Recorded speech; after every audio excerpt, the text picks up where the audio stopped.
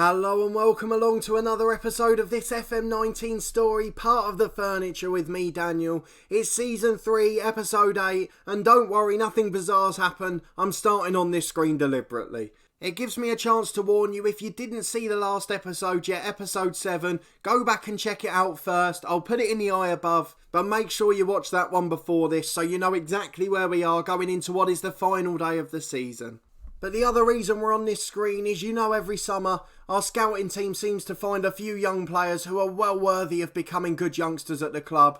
We've had Reece Williams, who we've sold on before.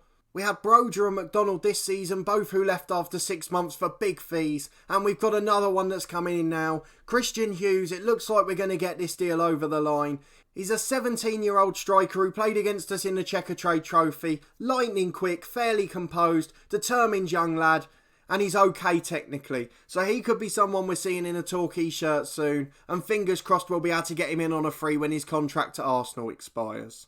But I've given you enough time to find the last episode now. If you haven't seen it yet, you're about to get the spoilers. Let's go back to the home screen. We're back for the final day of the season. We've got a chance of finishing anywhere between 3rd and 7th. We've guaranteed ourselves a playoff place in the last episode. Again, I don't know how to explain it after our start to the season. The squad's got weaker if anything, yet we've continued to move up the league, and I have no idea how we've managed to pull this off. I do genuinely hope that we don't go up, because if we do, I think it could be the worst thing to happen to us. We're certainly not ready for it. As you saw at the start of this season, we struggled a little bit until we got going, but next year I could just see us getting marooned at the bottom. But I guess financially for the club, and for us moving forward, no one's going to complain if we manage to secure 3rd. In what would be a continuing stark contrast to the levels of success we've had in our other story, the head coach.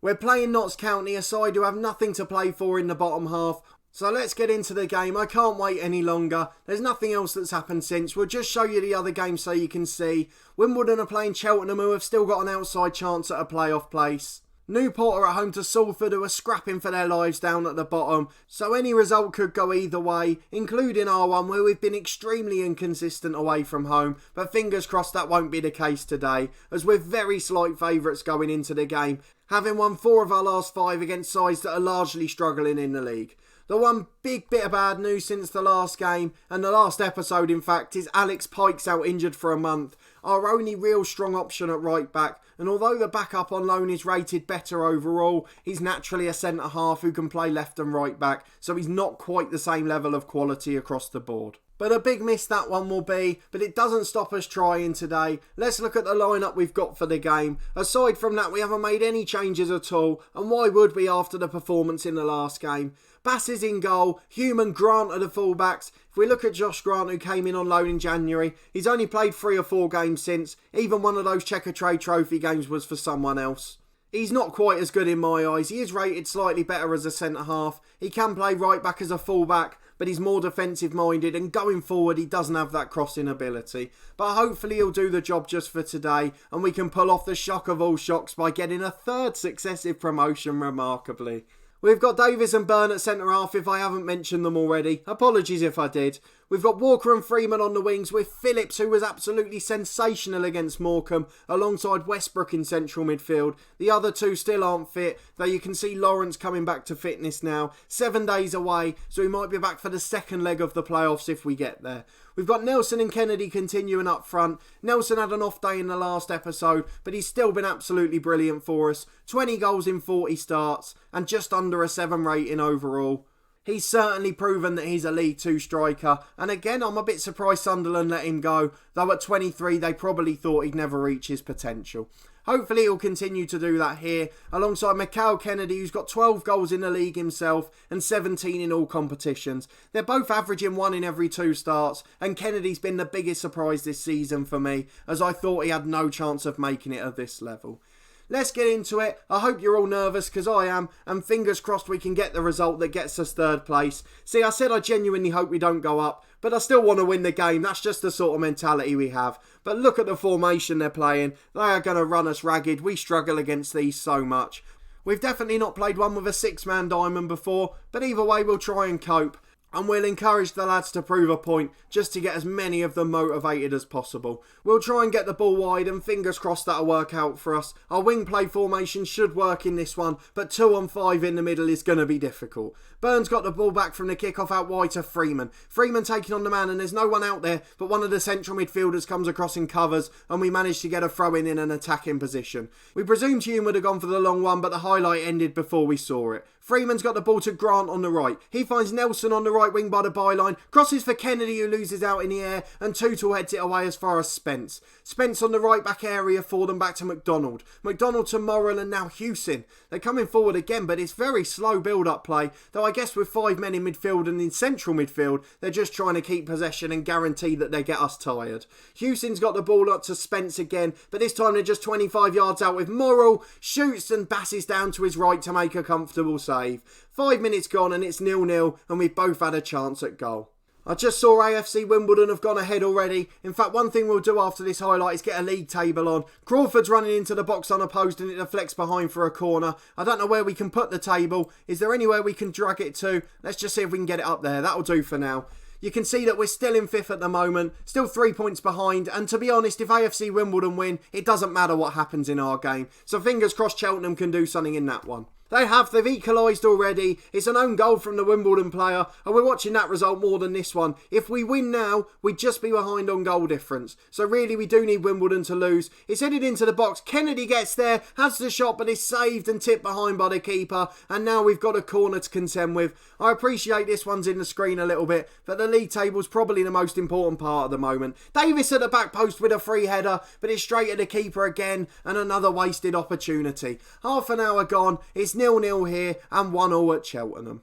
We've got a free kick with Phillips just inside their half. Burns in at the back post, hits the bar, but it falls back down to Zane Westbrook who scores. And we go ahead and level on points with 3rd place Wimbledon. If they lose the game now, they are in big trouble. And if we can get 3 or 4 goals, we'll be up there on goal difference. But as it stands, it's going to be a frustrating 4th place for us. Crawford on the edge of the blocks. It deflects away, but Burn clears. Kennedy knocks it down and gets Nelson in behind. Can we wrap it up? Oh, it's a terrible back pass. Denham had the ball on the edge of his own box. He sold the keeper short with his back pass and Nelson smashes it into the corner. 5 minutes, 2 goals, and now with 10 minutes to the break, we lead 2-0 at Notts County and are putting all the pressure in the world on Wimbledon. Crawford has a shot for Notts County which is blocked and Hume clears away from the left back area. I'm sure I'm basically shouting at this point, but I am very excited. We've got a throw in with Grant at right back who's been really solid so far, but we've given the ball away and now Crawford to Spence. Hewson in the middle out to the right back Tootle. Tootle coming down the right flank. We can barely see anything through the league table, but we have to have it there. It's the most important part of the day.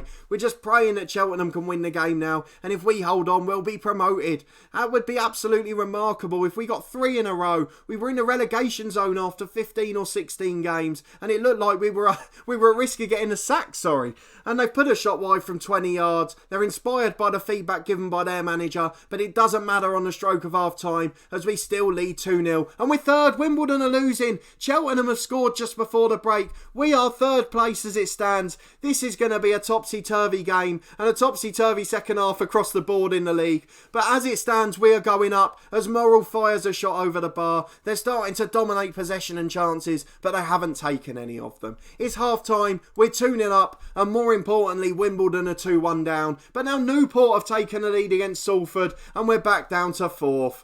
What a disappointing end to the half. An own goal from Salford in the 47th minute and we drop back down to 4th despite doing our job. The one other good thing that's come up, you can see Cheltenham are 3-1 up now, so Wimbledon are almost out of it and we just need Salford to fight for their lives and perform a miracle because for them, Morecambe are winning and they're going down as it stands.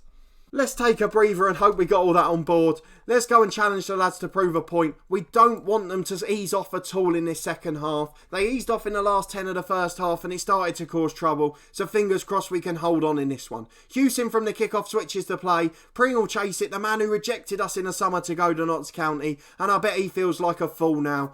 Newport v Salford is the game we have got all our eyes on as we have a throw in at right back again. Westbrook plays the 1-2 with the taker Grant. Grant with a long ball over the top which will be chased by Kennedy. Kennedy gets there, great touch, great shot. And another chance goes begging, but Hume's got a long throw now. Morrell back out to Hume again with the clearance. Hume into the box, it deflects to Freeman. His shot's blocked and it's behind for a corner. We're looking really good again now. But if Newport don't concede a goal, it doesn't matter. And they might be one of the first sides to go up with a negative goal difference in second place. Walker's got the ball to Westbrook. Westbrook to Walker again. Walker goes all the way back. It's a terrible ball. But Burns luckily there to cover and gets there before any of the centre forwards. We're not going to make any changes yet because we've been doing well and we don't want to risk any chance of complacency or uncertainty in the team. Newport still winning 1-0 against Salford. Come on Salford, I've never been cheering that side on before. Not a big fan of the money bags, but today we want them to win so we can nick second or third place in the league. Hewson's coming forward for them now with Crawford. Crawford gets it back to McDonald. McDonald to the right hand side to Tootle, who can deliver. Tootle gets it inside to Crawford again. Back to the edge of the box to McDonald. Morrell's beaten to it. A brilliant challenge by Freeman. And now Pring on the left crosses again. Byrne with a tall header away. Freeman clears it long to the left hand side, but Walker won't get there. Morrell bringing it forward for Spence. Spence to Crawford into the box. Sim's shot's blocked, but he was offside and it's going to be a free kick. 15 minutes to go and we will make some changes now. We're going to change both wingers. They've been the most effective men in the game and we need to get some fresh pace on. With Notts County playing their 5 central men, we need to have runners off the ball. We're going to take Kennedy off as well. He's had a poor game too. Hardy will come on for him as usual and we'll get back into the game with all 3 substitutes on the pitch. Come on Salford is all we've got to say now. Kawamia gets it to the right hand side for Grant. Grant with a delivery to the back post. Hardy heads it down, but it's saved by Culverwell and I'm going to have to go and look. It is Rowan McDonald, playing in a holding role for Notts County. He went to Swansea on a permanent transfer, rejected a loan back to us and now has gone to a side in the bottom half. I've lost a lot of respect for him because of that, but if he's going back on loan to League 2, Swansea obviously didn't think that much of him. A long clearance downfield is headed away again by the centre-half Byrne. He has been absolutely wonderful in this game, and again another one that's improved brilliantly off the pitch. Kawamia's delivery finds Nelson at the back post. Into Hardy, it's blocked. Nelson gets another chance though. Molyneux into the middle, but Pring will clear it long and it's flicked on. Newport are still winning at the top. Just 5 minutes left now. We need a goal, but Newport have scored a second at the bottom as I say that, and it looks like we're going to be settling for 4th now. The drama's gone. Unfortunately, Newport have scored a second, and it will be 4th place that we have to settle for. But Nelson's in 1-on-1. It doesn't mean we can't finish the season in style, but unfortunately he puts that one into the side netting, and it's going to be a playoff game to look forward to. If I'd have known that a bit earlier, I wish they'd have just gone and won 3 or 4. 1, so we didn't get excited, and 2, so we could have rested our only central midfielders that are fit. They're going to be knackered in midweek. Hume with a long throw which is headed away as far as Westbrook. Westbrook out to Hume on the right hand side. The fact that we're even talking about the chance at automatic promotion in the final day shows just how well we've recovered this season. I have no idea how we're up in the top 7 and I'm even more delighted that we've managed to nick a playoff place despite the fact that it'll be too soon for promotion. Sims with the ball on the right for Notts County. Davis heads it away. The 2 centre halves have been absolutely colossal in this game and we've certainly done our job if nothing else. Sims with a shot. The first time the centre halves lose their man and Alex Bass with a quite stupendous save to put it behind for a corner for his left hand side. Spence with a cross is a foul on the Torquay defender and it'll be cleared away and a whistle will go. A wonderful last day performance, and although it didn't get us automatic promotion, it was certainly something the players can be proud of and keeps us high in confidence going into the playoffs. Let's go and praise the lads. They were absolutely brilliant. Passionately are very pleased with their result and performance. And hopefully there'll be a very high spirit at the club as we move into the playoffs against whoever finished 7th. I think it was Northampton last time I looked. It is. We beat them earlier this month, so hopefully that won't be a problem. And we've got home advantage in the second leg as a result of finishing 4th. We were level on points with Rochdale at the end and 1 point behind Newport. We lost out on goal difference, but I am so pleased to be up there, and to be honest, I'm secretly relieved we haven't gone up.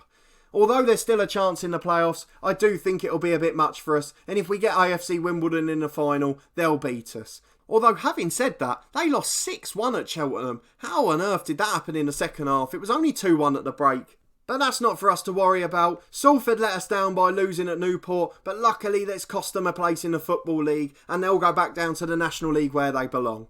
Let's see what they said about the game quickly. A rearguard action, I tell you what, the two centre-halves were unbelievable. Johnny Byrne will go and praise. You can see how well he's developing off the pitch. And to be honest, he's a League One player now, which probably shows why we've started to move up the league as these players develop. We'll praise the last game. Absolutely top-notch defensive work, and he's happy enough, which is good to see. We already knew we were in the playoffs. 4th place, we better get overachievement of the season for that. Luton are signing Donald Love, someone we've tried to get on loan from Sunderland before, which is why he was showing up there. We'll remove him from the shortlist and unfollow him. And we've mentioned already that Byrne was brilliant. So that means we'll be playing Northampton in the semi-final of the playoffs. It'll be a double header, as they're two-legged ties at this level of the game. So again, I don't need to tell you what the next episode will be. We'll be back in a few days' time for that Northampton game in the playoffs.